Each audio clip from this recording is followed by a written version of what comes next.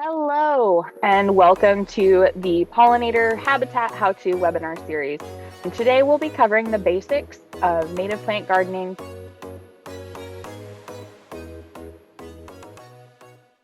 Okay, native plant selection. So this is, of course, my favorite part. How can we get color, biodiversity, pollinator interest, um, all part of your personal garden, or if you work for an organization, how can we make it large scale?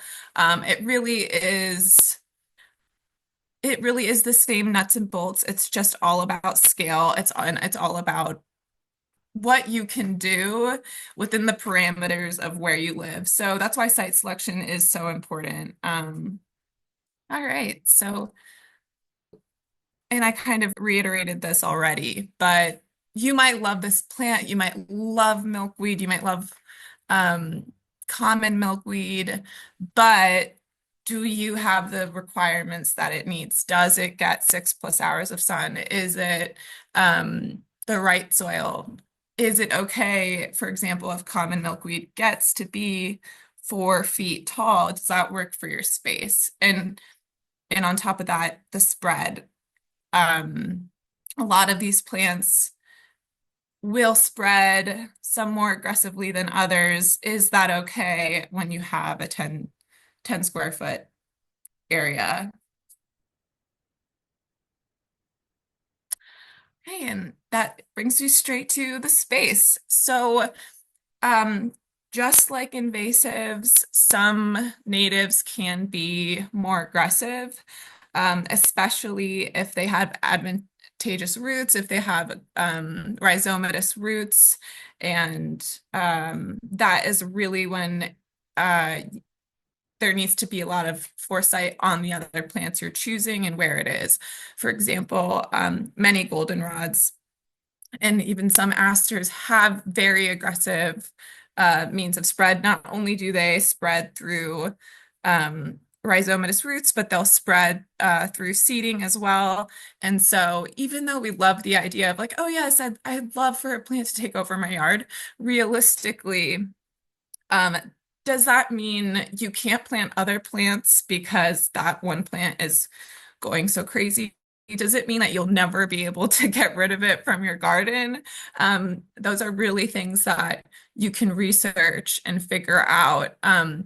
But luckily, there are a lot of plants, we'll go over this next, well-behaved natives.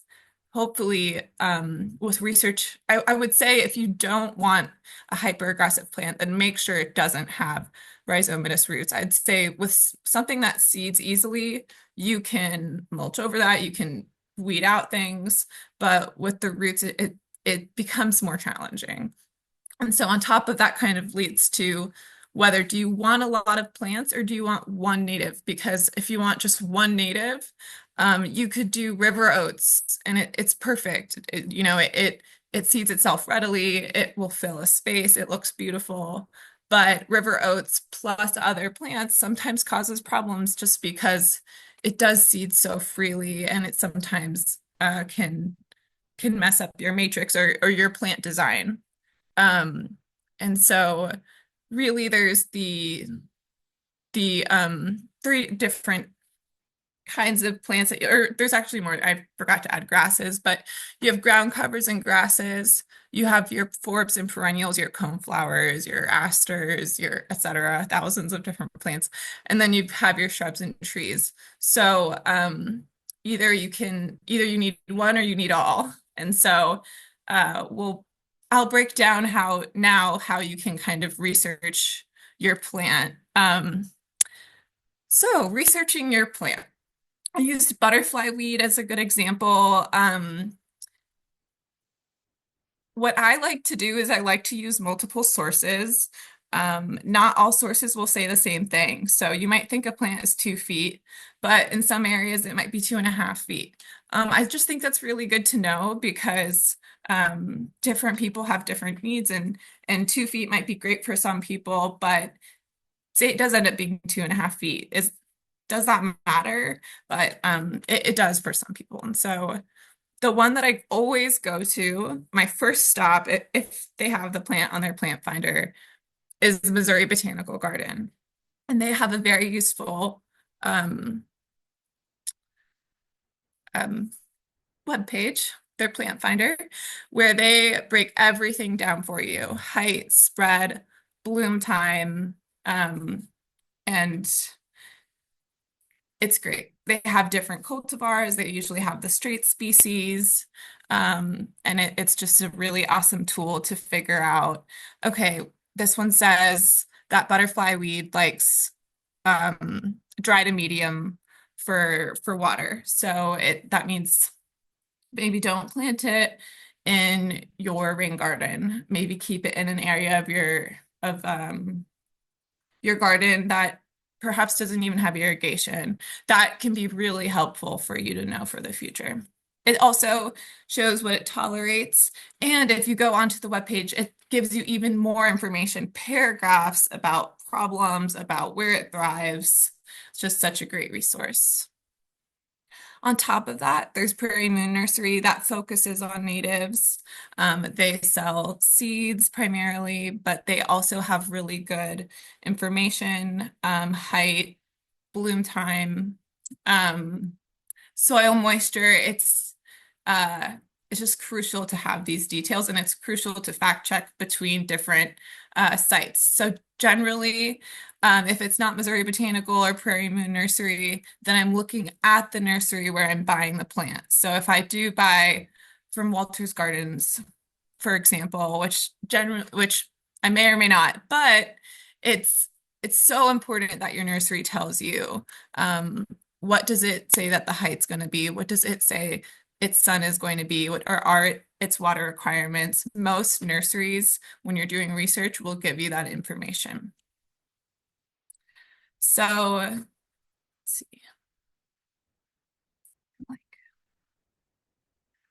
how am I doing on time, Leslie? Doing great. Okay. All right. So back to natives. So I just kind of did a few of my favorites. Um, we have uh, the kind of the perennials that you see the most, but you see them the most for a reason.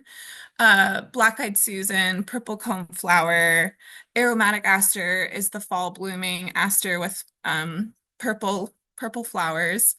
Uh, and all of these thrive in different areas, but a lot of them can thrive with minimal irrigation. That is not always true, though. I will say that I saw a whole area of purple coneflower almost die this year because it got so dry. So it really is, every year is different. When we have long periods of drought, you need to go back and water even your natives. They do need care, just like any other plant. Um, and all of these purple coneflower does take shade. That is like a little tidbit nugget that I love to tell people. It's not just a full sun, it does take part shade. That can be really awesome when you're trying to add a little bit of color into your shade garden. And then um, Lobelia cardinalis, same thing. I've seen it in sun, I've seen it in part shade, and same thing with wild geranium. So even though full sun is amazing, you really can do a lot with a part sun or even full shade garden. There's options. It might not be as floriferous, but you can have tons of different grasses and especially in the spring, you've got all your spring ephemerals. There's so much you can do. And it's all about just researching the genus and making sure that your species is native to Arkansas or wherever you're based out of. And I'll just tell you guys about my favorite ground cover, which is roundleaf groundsel, aka Pacra obovata. It looks a lot like a non-native that of course I forgot the name, but I see in people's yards all the time. It spreads, it is just a great ground cover. It blooms yellow in early spring, like kind of when the pollinators are first coming up. And it's just kind of this like mat of green, and your shrubs can grow out of it, your perennials can grow out of it. We grew it all over Wilson Park, Gully Park, different areas of Fayetteville. It's just one of my favorites.